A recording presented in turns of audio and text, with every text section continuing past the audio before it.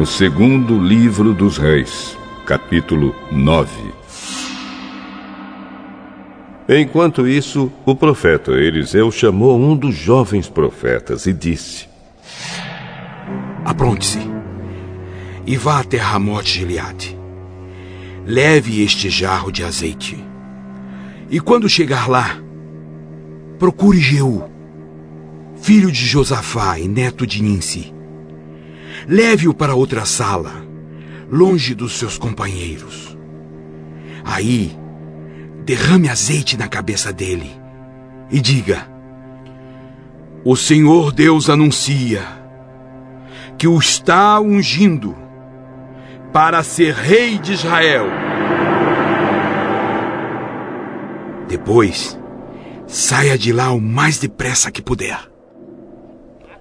Então o jovem profeta foi até Ramote-Gileade e lá encontrou reunidos os oficiais do exército. Ele disse: Eu trouxe uma mensagem para o senhor. Com qual de nós você está falando? É com o senhor mesmo. Então os dois foram para uma sala e o jovem profeta derramou azeite na cabeça de Jeú e disse: O Senhor, o Deus de Israel, anuncia isto. Eu estou ungindo você para ser o rei do meu povo de Israel. Você deve matar o seu chefe, o rei Jorão, filho de Acabe, para que assim eu castigue Jezabel por haver assassinado os meus profetas e os meus outros servos. Toda a família e todos os descendentes de Acabe devem morrer. Eu vou acabar com todos os homens da família dele, tanto os jovens como os velhos.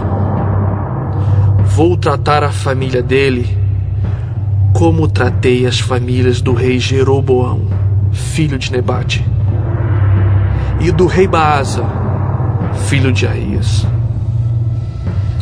Jezabel não será sepultada. O seu corpo será comido pelos cachorros perto da cidade de Jezreel. Depois de dizer isso, o jovem profeta saiu da sala e fugiu. Jeú voltou para o lugar onde estavam seus companheiros e eles perguntaram: Tudo bem? O que aquele louco queria com você? Vocês sabem muito bem o que ele queria. Não sabemos, não. Conte o que ele disse. Ele me disse que o Senhor Deus anuncia isto. Eu estou ungindo você, Jeú, para ser o rei de Israel. No mesmo instante, eles estenderam as suas capas sobre os degraus para Jeú passar. Tocaram a corneta e gritaram: Jeú é o rei! Jeú é o rei! Então Jeú fez uma revolta contra o rei Jorão. Jorão estava em Jezreel, tratando dos ferimentos que havia recebido em Ramote-Gileade, na batalha contra o rei Hazael da Síria.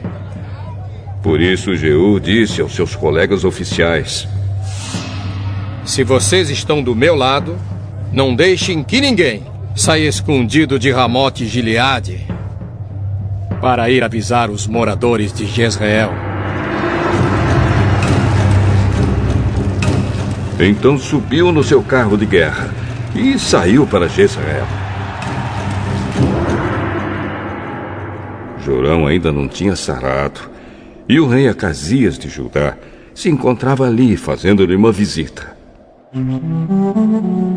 Um guarda que estava na torre de vigia de Jezreel viu Jeú e os seus soldados chegando e gritou: Ei, vejo alguns homens chegando a cavalo.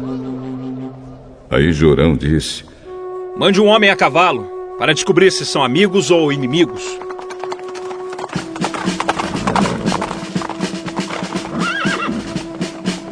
O mensageiro foi encontrar-se com Jeú e disse: O rei quer saber se o senhor vem como amigo. Isso não é da sua conta. Passe para trás de mim. O guarda que estava na torre de vigia contou que o mensageiro havia se encontrado com o grupo, porém não estava voltando. Outro mensageiro foi mandado.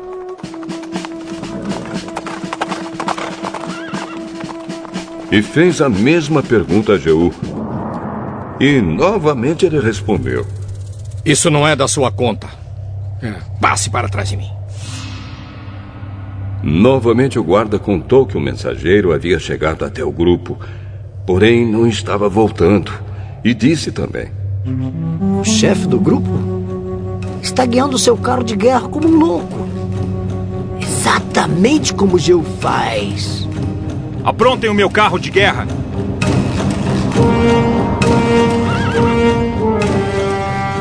O carro foi preparado, e então ele e o rei Acasias saíram, cada um no seu carro, para ir ao encontro de Jeú.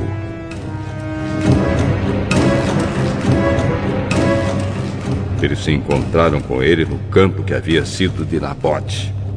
Aí Jorão perguntou: Você veio como amigo? Mas como podemos ser amigos quando ainda continuam as feitiçarias e a adoração de ídolos que Jezabel, a sua mãe, começou?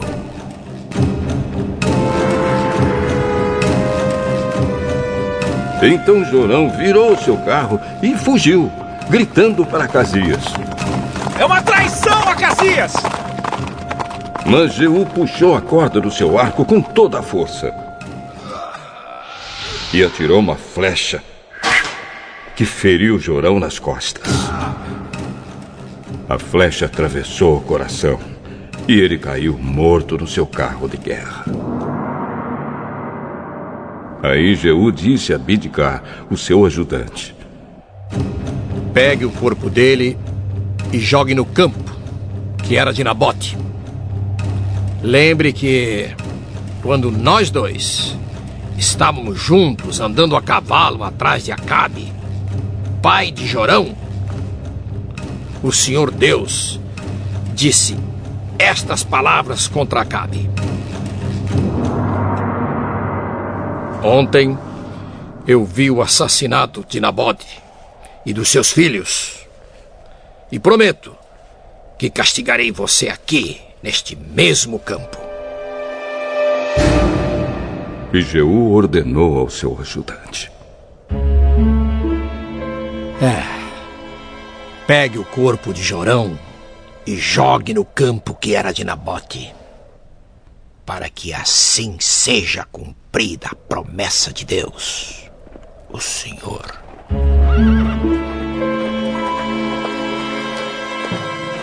O rei Acasias de Judá viu o que tinha acontecido e fugiu no seu carro na direção da cidade de Bet-Hagã. Mas Jeú perseguiu e disse aos seus soldados: Matem Acasias também! Matem! E eles o feriram quando ele ia no seu carro pela estrada que sobe para Gur, perto da cidade de Ibleão. Mas Acasias conseguiu fugir até a cidade de Megido, onde morreu.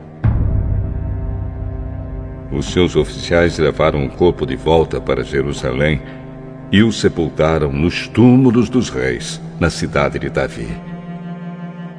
Acasias havia começado a reinar em Judá no ano 11 do reinado de Jorão, filho de Acabe, em Israel. Jeú chegou a Jezreel e Jezabel ficou sabendo disso. Então pintou os olhos, penteou os cabelos e ficou numa janela do palácio, olhando para a rua. Quando Jeú entrou pelo portão do palácio, ela gritou: Olá, Zimri! Assassino do seu senhor! Jeú olhou para cima e gritou: Quem está do meu lado? 2 ou 3 oficiais do palácio olharam para ele de uma janela. E Jeú disse a eles: Jogue essa mulher daí! Eles a jogaram. E o sangue dela respingou a parede e os cavalos. Jeú passou por cima dela com os cavalos e o carro e entrou no palácio. E depois que comeu e bebeu, disse: Peguem aquela maldita e a sepultem. Afinal de contas, ela é filha de um rei.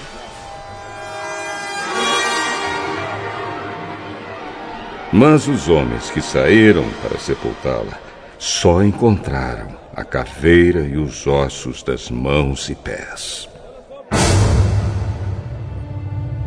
Então eles voltaram, contaram a Jeú, e este disse: Foi isto que o Senhor Deus disse que ia acontecer quando falou por meio do seu servo Elias, da cidade de Ismé.